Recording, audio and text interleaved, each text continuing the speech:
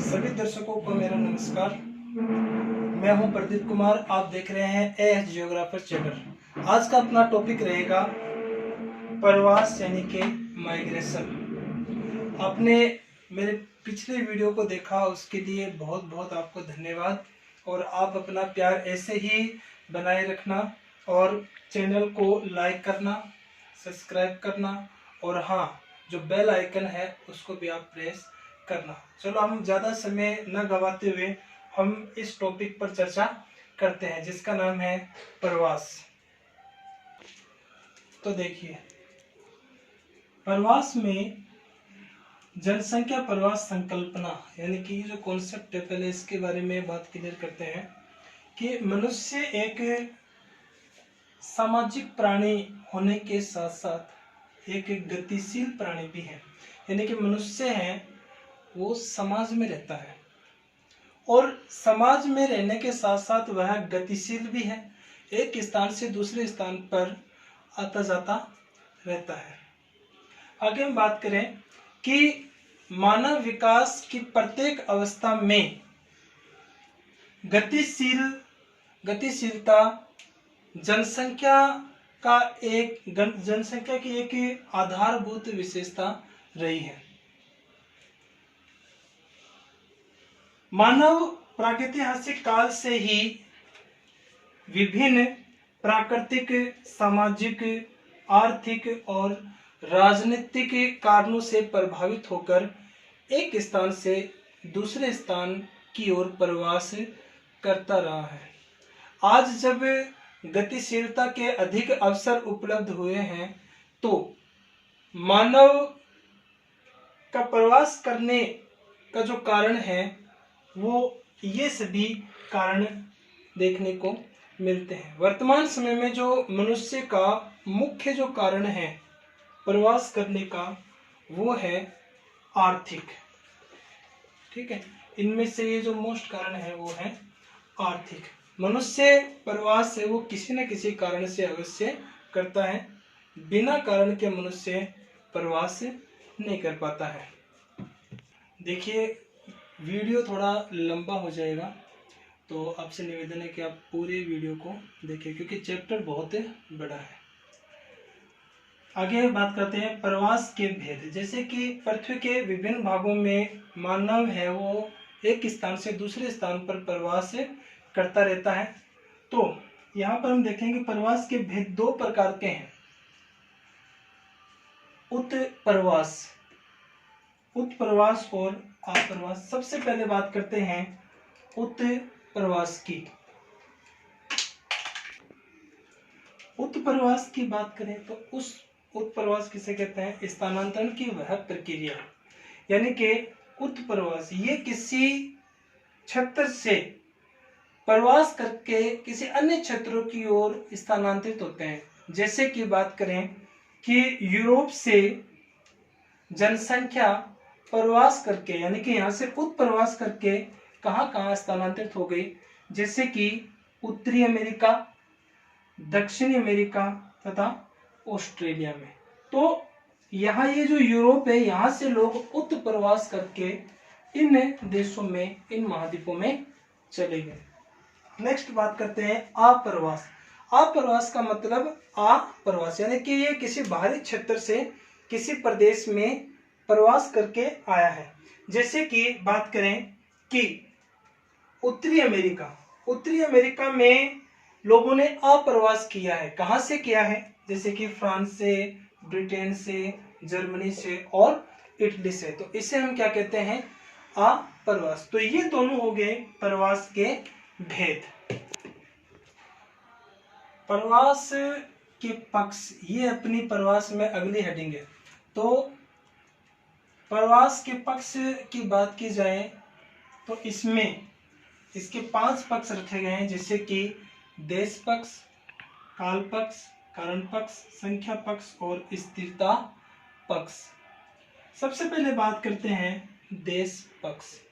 जैसे कि जनसंख्या का स्थानांतरण एक देश से दूसरे देश या एक क्षेत्र से दूसरे क्षेत्र में अवश्य होता है। तो हम देश पक्ष में देखेंगे जैसे कि दो महाद्वीपों के बीच में प्रवास होता है जिसे हम कहते हैं अंतर महाद्वीपीय प्रवास, अंतर्राष्ट्रीय प्रवास, यानी कि एक देश से दूसरे देश में प्रवास होता रहता है, स्थानीय प्रवास, ये सभी देश पक्ष के अंतर्गत आते हैं। नेक्स्ट है काल पक्ष। काल पक्ष का मतलब है ये समय को इंगित करता है। जैसे कि कोई प्रवास कर रहा है दीर्घकालीन के लिए, यानी कि लंबे समय के लिए। कई लोग प्रवास कर रहे हैं सामयिक प्रवास, यानी कि सामयिक प्रवास का मतलब होता है कि समय के अनुसार प्रवास करना। जैसे कि जब फसल कटती है उस समय मजदूर हैं ये काफ़ी संख्या में प्रवास करते हैं। इसी प्रकार से जो चीनी मिलें हैं वहाँ पर जो मजदूर होते हैं वे भी इसी प्रकार का प्रवास करते हैं। दैनिक प्रवास यानी कि जो रोजाना प्रवास करते हैं। नेक्स्ट है कारण पक्ष, यानी कि प्रवास करने का कोई ना कोई कारण अवश्य होता है। जैसे कि कारण क्या हो सकते हैं? भौतिक कारण हो सकता है, सामाजिक कारण हो सकता है, धार्मिक कारण हो सकता है, आर्थिक कारण हो सकता है या फिर राजनीतिक कारण हो सकते हैं। नेक्स्ट है संख्या पक्ष। संख्या पक्ष का मतलब है कि जब प्रवास होता है तो वो प्रवास संख्या को इंगित करता है, यानी कि प्रवास कितने लोगों का हो रहा है, कितनी संख्या का हो रहा है। ठीक है। नेक्स्ट है स्थिरता पक्ष। स्थिरता पक्ष का मतलब यह है कि जब लोगों का प्रवास होता है तब वे नए क्षेत्रों में जाकर स्थायी रूप से बस जाते हैं, उससे क्या कहते हैं? स्थिरता पक्ष कहते हैं। इसके अंतर्गत जैसे कि अमेरिका, दक्षिणी अफ्रीका, दक्षिणी ऑस्ट्रेलिया में लोग जाकर स्थिर रूप से बस गए थे। प्रवास में अगला जो अपना पॉइंट है वो है प्रवास के प्रकार। तो प्रवास के प्रकार की बात करें तो प्रवास मुख्यतः एक महाद्वीप से दूसरे महाद्वीप में या एक देश से दूसरे देश में या फिर एक देश के विभिन्न भागों में होता है। इस आधार पर इनको दो भागों में बांटा गया है। नंबर 1 अंतर्राष्ट्रीय प्रवास और नंबर 2 आंतरिक प्रवास। सबसे पहले बात करते हैं हम अंतर्राष्ट्रीय प्रवास के। अंतर्राष्ट्रीय प्रवास के अंतर्गत दो देशों में होने वाला प्रवास या फिर दो महाद्वीपों के बीच में होने वाले प्रवास को हम शामिल करते हैं। और इसका मुख्य रूप से जो कारण है वो है आर्थिक कारण, राजनीतिक कारण, धार्मिक कारण, ठीक है, भौतिक कारण, सामाजिक कारण। तो ये जो अंतर्राष्ट्रीय प्रवास हुआ है ये किसी न किसी कारण से अवश्य हुआ है। और वर्तमान समय में जो प्रवास हुआ है उसका कारण है मुख्य रूप से आर्थिक कारण। ठीक है। चलिए, अंतर्राष्ट्रीय प्रवास को कितने भागों में बांटा गया है? दो भागों में, जिसका पहला भाग है यूरोपीय प्रवास और दूसरा है एशियाई प्रवास। तो सबसे पहले बात करते हैं हम यूरोपीय प्रवास के। तो यूरोपीय प्रवास की बात की जाए तो आपको पता है कि यूरोप ने पूरे विश्व पर राज किया है। इनकी नीति थी उपनिवेशवाद की नीति, साम्राज्यवाद की नीति, जिसके तहत इन्होंने पूरे विश्व को अपना गुलाम बनाया था। बात करें कि यूरोप का ये वाला जो भाग है, उत्तर पश्चिमी भाग, यहाँ के देश हैं जैसे कि ब्रिटेन, फ्रांस, जर्मनी, पुर्तगाल, स्पेन, ठीक है, नीदरलैंड। ये जो देश हैं इन देशों ने क्या किया है कि जो उत्तर पश्चिमी देश हैं इन्होंने 12वीं शताब्दी से लेकर 20वीं शताब्दी के मध्य में अमेरिका, अफ्रीका तथा एशिया इन क्षेत्रों में जाकर वहां पर ये बसने लग गए थे और वहां पर ये अपनी उच्च तकनीकी भी साथ ले गए थे और उस कारण इन्होंने वहां पर बहुत ज्यादा विकास भी किया था।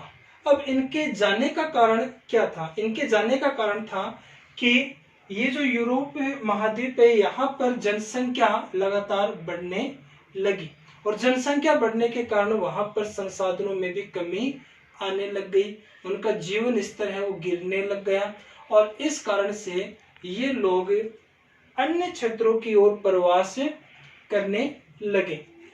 तो ये है आपका यूरोपीय प्रवास। अब यूरोपीय प्रवास में हम बात करें कि यूरोपीय प्रवास ने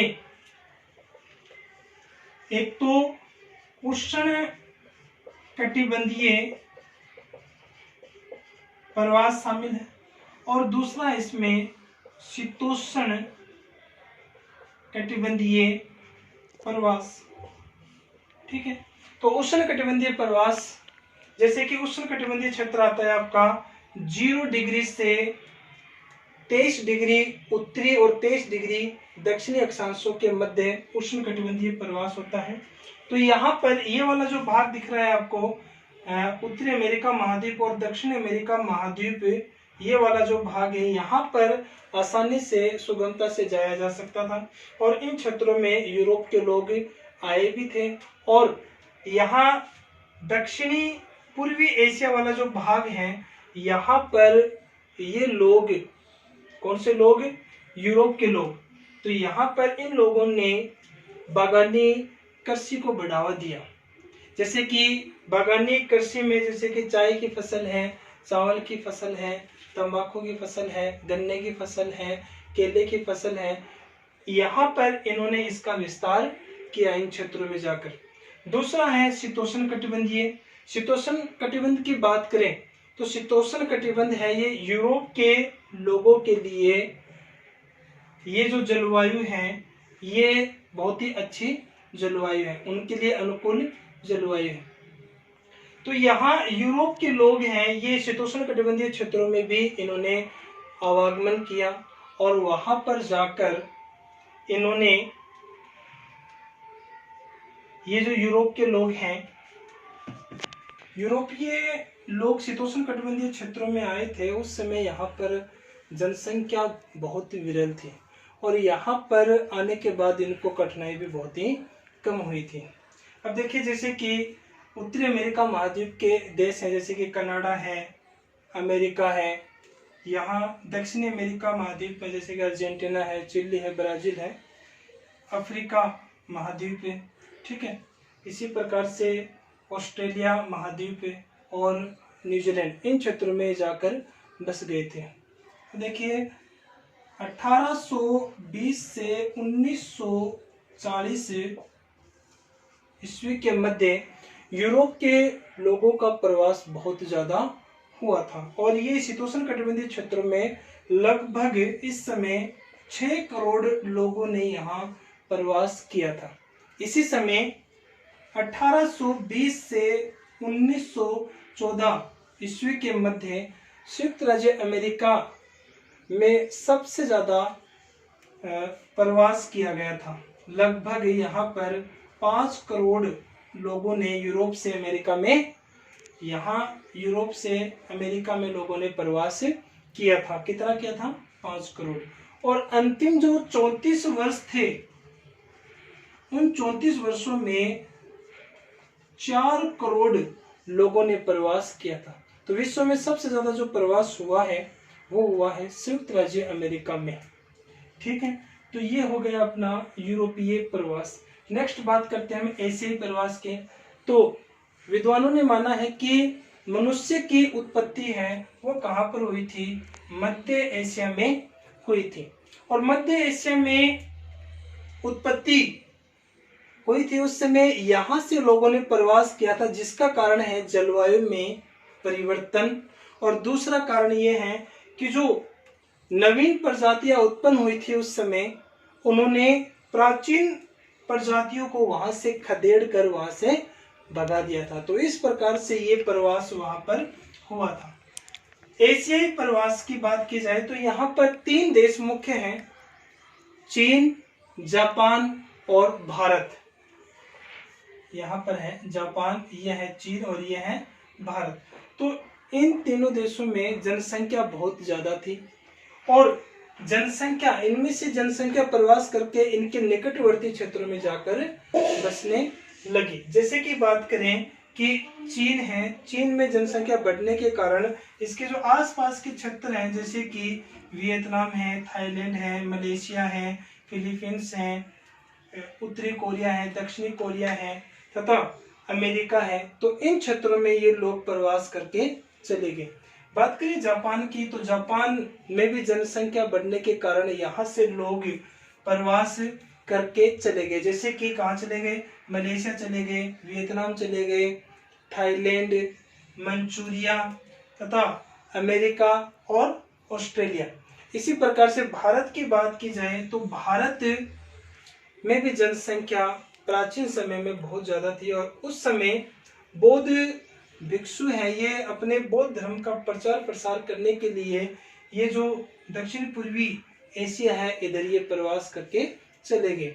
इसी प्रकार से भारत और पाकिस्तान का विभाजन धर्म के आधार पर हुआ था, तो भारत से पाकिस्तान में भी काफी जनसंख्या प्रवास करके चली गई। तो इस प्रकार से भारत के जो पड़ोसी देश है वहां पर यहाँ की जो जनसंख्या है वो प्रवास करके चली गई थी।